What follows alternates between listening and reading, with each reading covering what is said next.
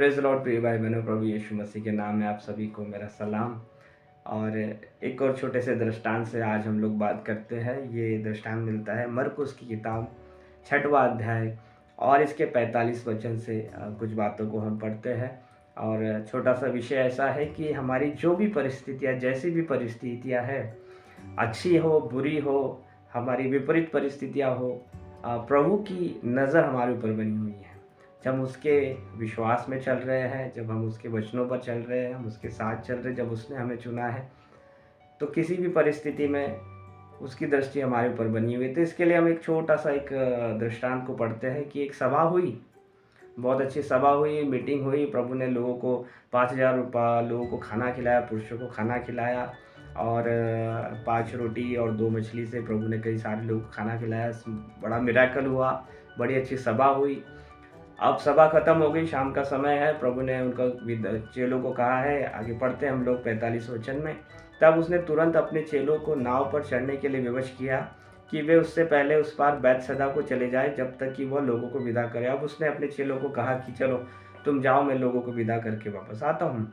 और वो नाव से उनको जाना है, झील पार करके जाना है। यीशु मसीह उन्हें विवश करते कि तुम मेरे पहले चले जाओ, फोर्स करते कि चले जाओ। अब ऐसी दशा में 46 वचन में लिखा हुआ, उन्हें विदा करके वो पहाड़ पर प्रार्थना करने को गया। प्रभु यीशु मसीह कहीं दूर पहाड़ पर प्रार्थना करने चले गए। ये झील में अपनी नाव लेकर निकल गए।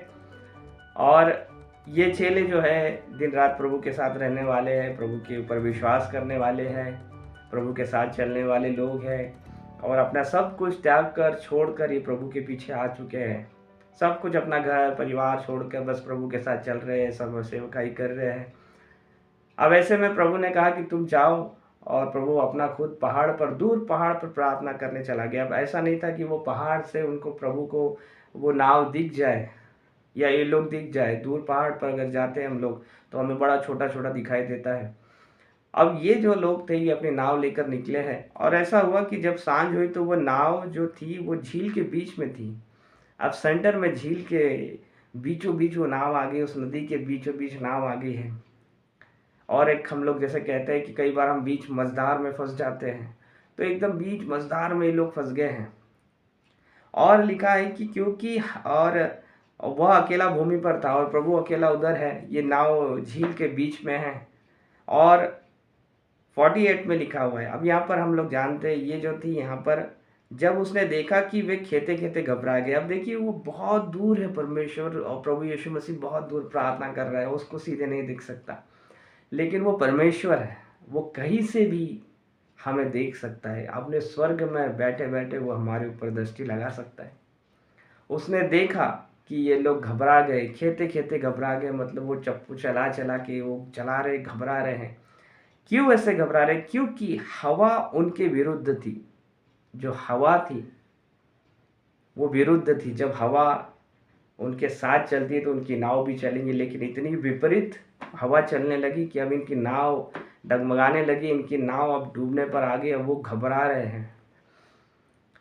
मेरे प्रियो, जब हम प्रभु के साथ चल रहे हैं तो कई बार ऐसा हो सकता है कि हवाएं हमारे विरुद्ध जाए, कई बार ऐसा हो सकता है कि परिस्थितियां हमारे विपरीत जाए।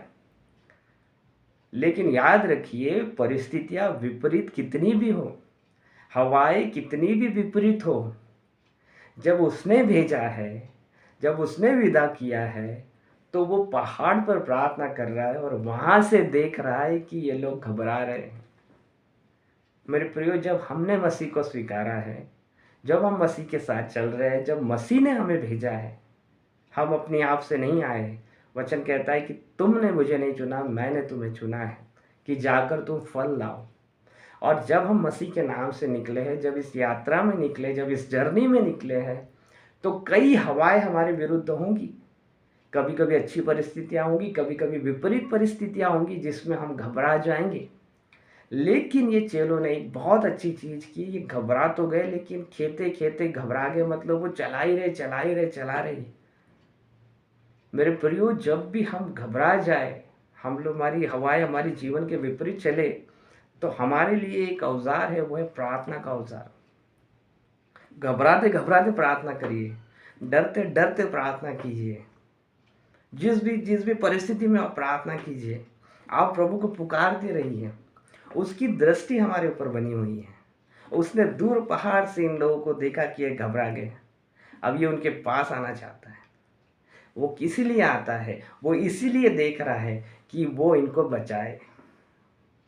वो ऐसे इसीलिए नहीं, उसने जब उनको विदा किया तो बिना उसको बेसहारे नहीं छोड़ दिया। जब उसने उनको बुलाया है तो वो ध्यान रखेगा कि ये अपने जर्नी को पूरा कर सके।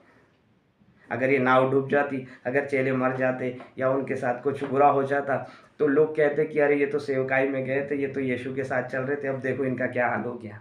तो यीशु मसीह की ये जिम्मेदारी है, यीशु मसीह का ये काम है कि वो हमारी इस जर्नी को पूरा करे, और ये परमेश्वर पूरा करता है। हमारे जीवन के विपरीत कितनी भी हवाएं चले, कितनी भी परिस्थितियां विपरीत हो जाए, उसका ध्यान है हमारे ऊपर।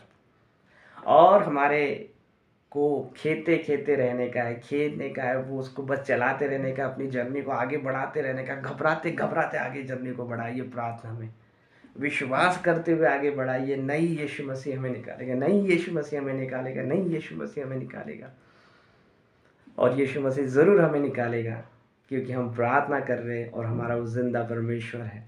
अब यीशु मसीह को वहाँ से यीशु मसीह ने देखा कि ये घबरा गए हैं, ये डर गए हैं।